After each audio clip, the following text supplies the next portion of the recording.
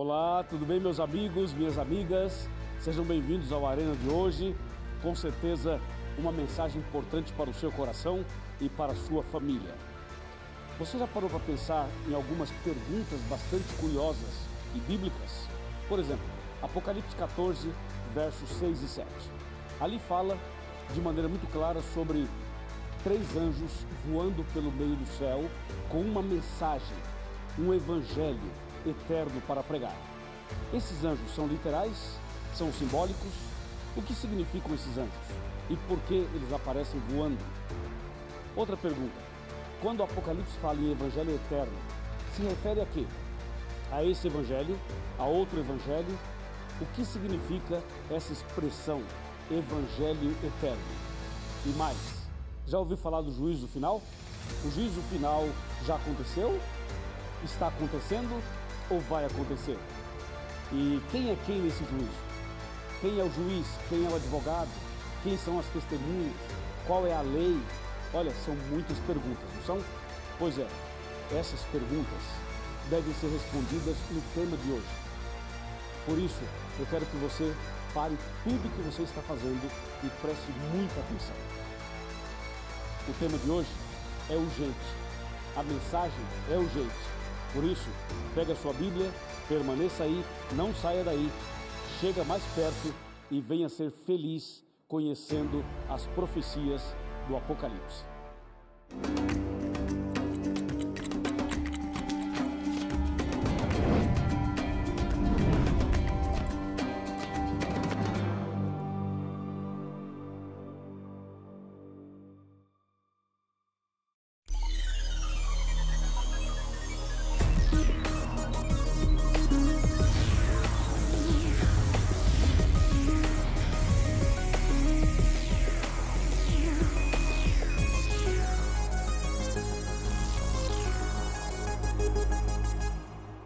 Muito bem, já estamos aqui preparados com a Bíblia na mão, Jesus no coração, para o tema de hoje. Mas antes, eu quero dizer para você que o Arena está nas principais redes sociais. É só você colocar @Arena do Futuro e você entra no Twitter, no Instagram, no Facebook, e aí você vai ter acesso a vídeos, mensagens, notícias, testemunhos que vão encher o seu coração de paz e esperança. Eu quero mandar um grande abraço também para os meus amigos de Angola, de São Tomé e Príncipe, para você que nos acompanha em Guiné-Bissau, para você que acompanha a gente em vários países da África, um abraço para você dos Estados Unidos, dos países da Europa também, e para você de todo o Brasil e também da América do Sul que acompanha o Arena. Hoje nós vamos tratar de um assunto que vai mexer bastante com o seu coração. Vai abrir um pouco mais o nosso entendimento para saber detalhes sobre Apocalipse 14, o juízo final e também algumas curiosidades que eu já falei para vocês na abertura do programa de hoje. Por isso, eu peço a você que fique atento, que acompanhe cada detalhe do programa de hoje.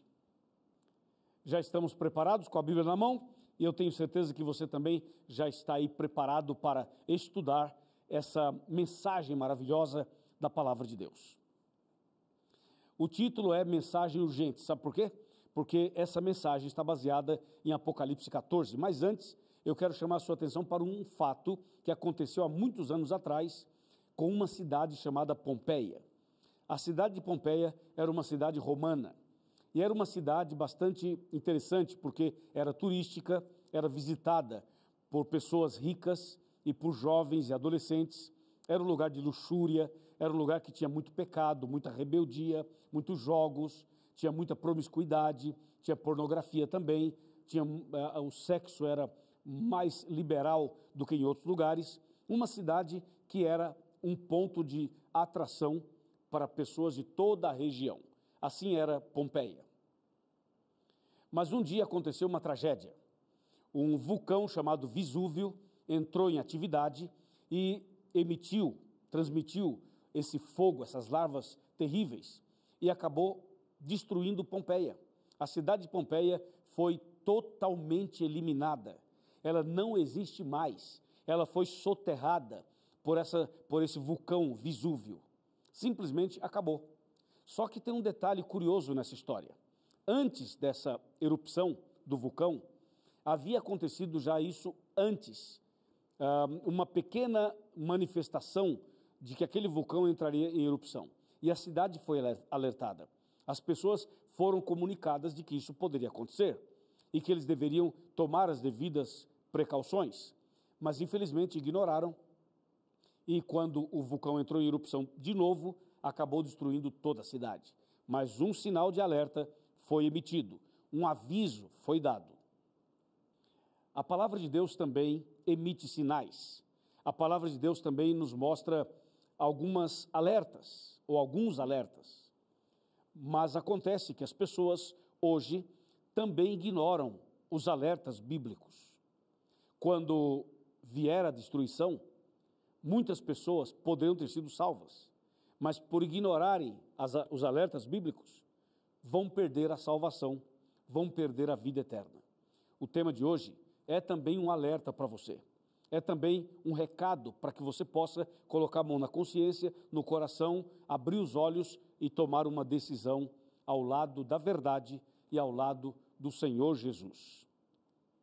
Quando a gente abre a Bíblia em Apocalipse 14, os versos 6 e 7, a gente encontra essa mensagem. Ouça, verso 6. Diz assim: vi outro anjo voando pelo meio do céu, tendo o evangelho eterno para pregar aos que se assentam sobre a terra, e a cada nação e tribo e língua e povo, dizendo em grande voz: temei a Deus e dai-lhe glória, pois é chegada a hora do seu juízo, e adorai aquele que fez o céu e a terra e o mar e as fontes das águas. Esse texto, nós queremos analisá-lo agora nos mínimos detalhes, para que você compreenda coisas profundas e para que a gente responda as perguntas que eu fiz na introdução, na primeira parte desse programa. Verso 6, vi outro anjo voando pelo meio do céu. Bom, se você ler o capítulo 14, do verso 6 em diante, vai perceber que aparecem 3 anjos voando pelo meio do céu. Esses anjos são simbólicos, não são 3 anjos literais. Esses anjos representam alguma coisa. E o fato de eles estarem voando significa que a mensagem deles era uma mensagem urgente e por isso tinha que ser levada rapidamente. Por isso que o anjo do verso 6 aparece voando e os 3 aparecem voando também, para mostrar que Deus tem pressa e que a mensagem de fato é urgente. O texto bíblico continua e ainda no verso 6 nós encontramos aqui dizendo que esse anjo que voava pelo meio do céu, ele tinha o evangelho eterno para pregar aos que se assentam sobre a terra. Bom, se o anjo ou os 3 anjos tinham uma mensagem para pregar, isso quer dizer que esses anjos representam a igreja, representam o povo de Deus, os pregadores, porque quem prega o evangelho não são os anjos, somos nós, entendeu? Então esses anjos representam os pregadores do evangelho, a igreja, o povo de Deus, que tem a missão de pregar o evangelho. Então aqui nós temos a dica que nos faz entender que esses anjos são simbólicos. E continuando a leitura, diz que o anjo aqui do verso 6, ele tinha um evangelho eterno.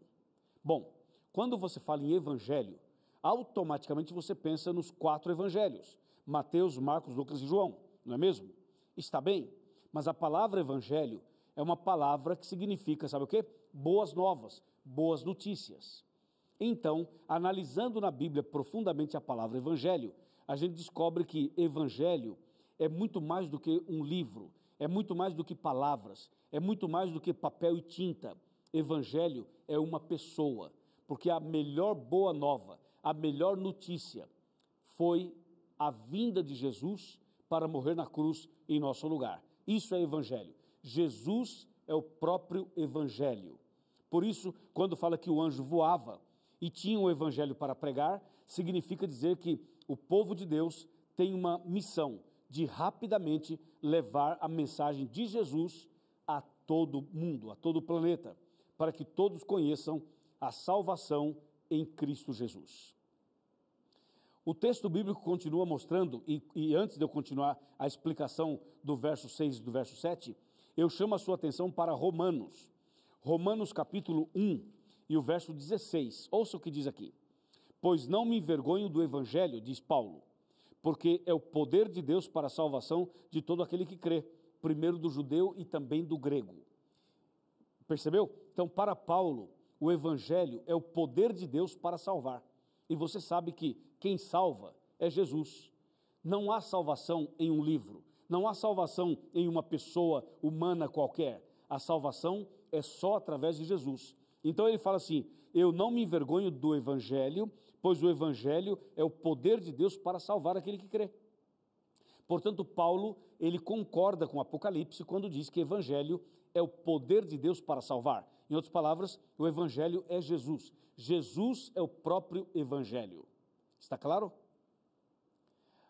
Além dessa afirmação de que Jesus é o próprio evangelho, o livro do Apocalipse diz que o anjo que voava pelo meio do céu, ele tinha o evangelho eterno para pregar. Observe que aqui em Apocalipse, a expressão é evangelho eterno. Sabe por que diz evangelho eterno? Porque o evangelho é o próprio Cristo e Cristo é eterno. Entendeu? Então, por exemplo, o evangelista Mateus, o evangelista Lucas, o evangelista Marcos e o evangelista João, eles eram evangelistas, por quê? Porque escreveram o evangelho, porque pregavam o evangelho. Mas eles, os seres humanos, não são eternos. Agora, o evangelho é eterno, porque o evangelho é muito mais do que apenas letras. O evangelho é uma pessoa, e essa pessoa é Jesus. Amém? Por isso, o Apocalipse fala do evangelho eterno que nós temos que pregar. E ele é eterno porque ele é o próprio Cristo. Isso está claro para você e para mim. Outra informação é que esse evangelho tem que ser pregado em todo o mundo, não só no Brasil, não só na América do Sul, não só na América do Norte, na América Central, na América Latina. Tem que ser pregado também nos países árabes, também nos países onde o cristianismo não é aceito, ou não é entendido, ou não é praticado. O evangelho tem que ser pregado a cristãos, a espíritas, a muçulmanos, a hindus, a budistas, a judeus, a ateus, a agnósticos, a pessoas boas, a pessoas más, a todas as pessoas, rico e pobre, negro e branco, homem e mulher, entendeu? Empresário, artista, jogador de futebol. O evangelho eterno tem que ser pregado a todo mundo com urgência. Está bem? Só que o texto, ele não para por aí. Ele diz no verso 7 assim, no verso 7, dizendo em grande voz, temei a Deus. O que significa temer a Deus? Temer a Deus significa três coisas. Significa amá-lo, respeitá-lo e obedecê-lo. Entendeu? Quando fala aqui, temei a Deus, está dizendo assim, ame a Deus, obedeça a Deus e respeite a Deus. Temei a Deus é uma expressão bíblica apocalíptica para cada um de nós. Temer não é ter medo, mas é isso que eu acabei de falar. Ficou claro para você? Temei a Deus, diz a Bíblia, e fala assim, e dai-lhe glória. Olha que interessante. Temei a Deus, eu já expliquei. Agora vamos explicar o que significa dai-lhe glória. Dar glória a Deus não é só falar glória, entendeu? Não é só você ficar glória, glória, glória, glória, glória, glória. Quando fala assim, temei a Deus e dai-lhe glória, esse dai-lhe glória é uma expressão de mordomia cristã. Mordomia cristã significa que nós somos mordomos daquilo que Deus coloca em nossas mãos, que nós somos servos de Deus. Então, dai-lhe glória significa reconhecer que tudo que você é e tudo que você tem veio de Deus e a glória e a honra é para Ele. Então, por exemplo, você comprou uma roupa, glória a Deus. Você comprou um carro, glória a Deus. Você tem uma casa, glória a Deus. Você tem uma família, glória a Deus. Você tem saúde, glória a Deus. Você tem um emprego, glória a Deus, entendeu? Ou seja, a glória tem que ser dada a Deus. Por quê? Porque se não fosse Deus, você não teria o que você tem e não seria o que você é. Sem Deus, o homem não teria dinheiro, não teria roupa, não teria comida, não teria ar para respirar, não teria vida, não teria casa, não teria carro, não teria nada. Por isso, quando fala, dai-lhe glória, significa reconhecer que tudo que a gente é e tudo que a gente tem é por causa de Deus e a glória e a honra é para Ele. Essa é uma lição impressionante que todos devem aprender. Mas a Bíblia continua, quando fala temei a Deus e dai-lhe glória, aí fala assim, porque é chegada a hora do seu juízo. Interessante, é chegada, Essa expressão está no presente, é chegada a hora do seu juízo. Aqui então entramos no assunto do juízo. O juízo final, biblicamente falando, ele está dividido em três fases. Três fases. A primeira fase é a fase de investigação, a segunda de comprovação e a terceira de execução. A fase de investigação já começou. Nesse momento está acontecendo a primeira fase, o que a gente chama de juízo investigativo, a fase de investigação. Durante o milênio, após a volta de Jesus, ocorrerá a segunda fase do juízo. É o juízo de comprovação que vai acontecer no céu durante o milênio. E a terceira e última fase vai acontecer depois do milênio, quando descer a Nova Jerusalém, a Cidade Santa. É a fase de execução. É quando Deus dá a sentença final para os justos e para os perversos e para os ímpios. Está claro? Por isso fala assim, temei a Deus e dai-lhe glória, porque é chegada a hora do seu juízo. O juízo final, dividido em três fases, chama a nossa atenção. Assim, de maneira mais simples e breve, nós podemos dizer que no juízo final, Deus é o juiz, Jesus é o advogado de defesa, o diabo é o advogado de acusação, os anjos são as testemunhas, nós somos os réus, e a lei dos 10 mandamentos é a lei usada como norma para o juízo final. E o texto diz, é chegada a hora do seu juízo. E aí vem a última parte do verso 7 que fala, e adorai aquele que fez o céu e a terra e o mar e as fontes das águas. Quando fala adorai aquele que fez os céus e a terra, então está nos fazendo um convite de que nós devemos viver uma vida de obediência, de adoração, de comunhão a Deus. Por quê? Porque chegou o juízo. É chegada a hora do seu juízo. Por isso, devemos adorar o Criador dos céus e da terra. Amém? O texto bíblico chama atenção para adoração. E falando em adoração, nós temos que tomar bastante cuidado e analisar na Bíblia o que significa essa adoração. Sabe por quê? Porque quando fala assim, adorai aquele que fez o céu e a terra, a pergunta é, o que é uma adoração? Claro, a palavra adoração é muito ampla, daria para fazer vários programas para falar somente sobre a adoração. Mas de maneira resumida e simples, uma adoração envolve basicamente três coisas. Envolve leitura da Bíblia, oração e louvor. Basicamente é isso. Se você lê a Bíblia, se você faz oração, se você canta hinos para Deus, você está fazendo um culto de adoração. É claro que a gente adora a Deus de outras maneiras, sendo honesto, sendo obediente, amando o próximo, entendeu? Tem várias formas de você adorar a Deus, mas essa é a base, é o que eu chamo de uma explicação básica para que todo mundo compreenda. Três coisas: leitura da Bíblia, oração e também louvor. Isso é adoração. O texto bíblico diz assim, adorai aquele que fez os céus e a terra. Então, Deus está convidando você e eu para adorarmos a Ele. E nós precisamos fazer isso.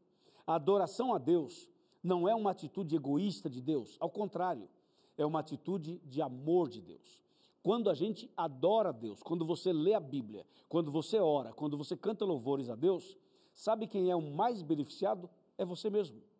Quem lê a Bíblia todo dia, quem ora todo dia, quem canta louvores a Deus todo dia, é uma pessoa que tem paz no coração, ela é mais feliz, ela é mais tranquila, tem menos propensão para a depressão, menos possibilidade do estresse, menos possibilidade de síndromes de pânico, menos possibilidade de doenças emocionais ou outro tipo de situação. Por quê? Porque quem anda com Deus é abençoado.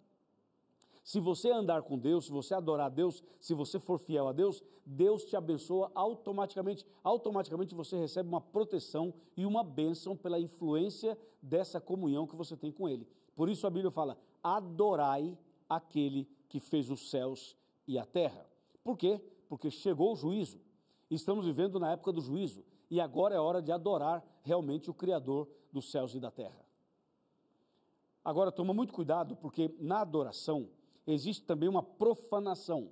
O diabo tem tentado profanar a adoração a Deus.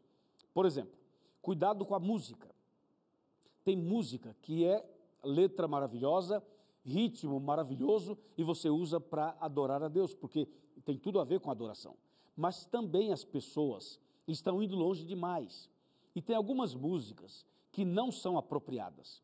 São músicas que têm um ritmo mundano e a letra bíblica. É a mistura do santo com o profano. É a mistura da luz com as trevas. Cuidado! Você não pode pegar o ritmo de carnaval e fazer um hino para Deus, porque não combina. Você não pode pegar um ritmo de funk, entendeu? Ou, quem sabe, outro ritmo que é mundano e colocar uma letra bíblica, porque isso não agrada a Deus. E isso não pode ser usado como adoração. Isso profana a adoração. E há muitas igrejas por aí que estão usando músicas de todo tipo. Eles dizem assim, bom, a letra é bíblica, não importa. Se a letra é bíblica, não importa o ritmo. Importa sim, Senhor. Cuidado com essas músicas que têm um ritmo mundano. Tem que tomar bastante cuidado com isso, para adorar a Deus da maneira certa. Está bem? E não é somente a música. Tem que tomar cuidado também. Tem gente, por exemplo, que conhece a Bíblia, que serve a Deus e muitas vezes vai para um culto de adoração usando algumas roupas que não são apropriadas. Você sabe, quando você vai à praia, você usa roupa de praia. Quando você vai a um shopping, você usa uma roupa diferente da praia. Quando você vai a uma igreja, você usa uma roupa apropriada para a igreja. Você não pode usar na igreja uma roupa de praia e nem na praia uma roupa de igreja. Entendeu ou não? Por exemplo, se você vai adorar a Deus, coloque uma roupa mais decente. Evita e tome cuidado com exposições do corpo, porque a igreja não é para você desfilar. A igreja não é para você se expor fisicamente. A igreja é para você usar a discrição, chegar ali, adorar a Deus, cantar louvores a Deus, estudar a Bíblia, orar a Deus e se preparar para a volta de Jesus. Combinado? Valeu. Deus te abençoe. O assunto é sério, percebeu? Tem muitos detalhes aqui para você entender por que o tema é mensagem urgente. E com essas explicações, eu estou respondendo aquelas indagações iniciais que nós fizemos. E agora, para finalizar o programa de hoje, eu quero convidar você a chegar mais perto, a sentar comigo aqui na minha poltrona para a nossa conversa final. Vem cá, chega mais perto. Se você está longe da televisão, pega a sua cadeira e arrasta a sua cadeira para pertinho da televisão, tá bom? E se você está no sofá, puxa o sofá. E se for possível, puxa a cama também. E se não dá, aí você levanta e vem você mesmo e senta aqui pertinho da televisão, pertinho de mim, para eu conversar com você. Esses dias eu recebi uma foto de uma criança que estava bem pertinho da televisão e na hora da oração se ajoelhou, juntou as mãozinhas assim e a mãe percebeu, tirou uma foto e mandou para nós. Que lindo isso. Muito obrigado por você se aproximar e entender que esse convite é um convite carinhoso, de coração para coração, porque eu sou o seu pastor e eu quero conversar com você. Está bem? Então o texto bíblico diz assim: adorai aquele que fez o céu e a terra e as fontes das águas. Você sabia que nós devemos adorar a Deus todo dia? Mas sabia também que há um dia bíblico de adoração? Existe. Eu vou lhe falar sobre isso. Nós devemos adorar a Deus sempre. A nossa vida deve ser uma vida de louvor e de adoração. Mas não esqueça, há um dia bíblico de adoração. E o dia bíblico de adoração, de acordo com Gênesis 2, de 1 a 3, de acordo com Êxodo 20, de 8 a 11, de acordo com Êxodo 31, verso 13, de acordo com Ezequiel 20, verso 12, Ezequiel 20, verso 20, Lucas 4, 16, Atos 17, de 1 a 3, Atos 18, de 1 a 4, e eu podia ficar aqui o dia inteiro citando textos para você. De acordo com esses textos e muitos outros, o dia bíblico de adoração é o sábado, o 7º dia da semana. Esse é o dia bíblico de adoração. Claro, nós adoramos a Deus qualquer dia, todos os dias, em todo o tempo, mas você adora a Deus, só que você tem que trabalhar, estudar, viajar, resolver problemas, pagar contas, ou não é? Então você adora a Deus, mas você tem outras atividades. Agora, no sábado, você para todas as atividades e dedica o tempo exclusivo para adorar o Criador dos céus e da terra. Hoje eu quero convidar você a entender a mensagem urgente, a aceitar essa mensagem com urgência, porque Deus está chamando você para que você possa nascer de novo, para que você possa começar uma vida nova, para que você possa entregar seu coração a Ele, para que você possa ser batizado, para que você possa começar hoje uma nova vida. Eu pergunto a você, você deseja nascer de novo? Você quer entender o chamado urgente de Jesus? Você quer hoje dar um passo de fé? Você quer hoje começar uma nova vida com o Senhor? Se você deseja, é com você que eu estou falando. Isso, com você mesmo, meu amigo. Eu estou falando com uma pessoa que se chama Lucas.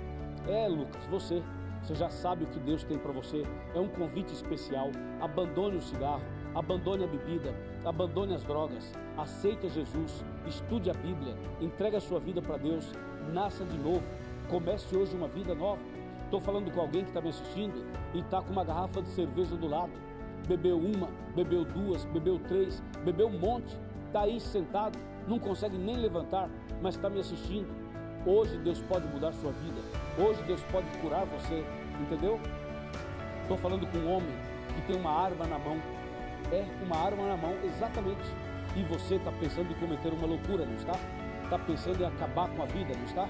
Pois hoje Deus muda a sua história, hoje Deus cura você, liberta você, resgata você, hoje Deus vai te dar um novo coração. Não faça nenhuma loucura. Eu vou orar por você e Deus vai fazer um milagre na sua vida agora mesmo. E depois da oração, você vai entrar nesse site que aparece aqui e vai encontrar uma igreja adventista.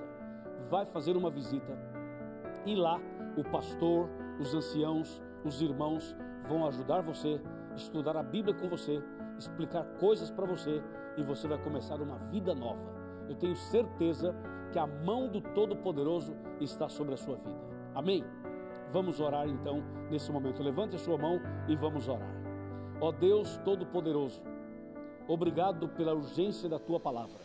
Abençoe essa pessoa que ora comigo, essa pessoa que precisa de um milagre, que precisa de uma transformação, que precisa viver, Te servir, nascer de novo. Eu entrego essa pessoa nos Teus braços, em nome de Jesus. Amém.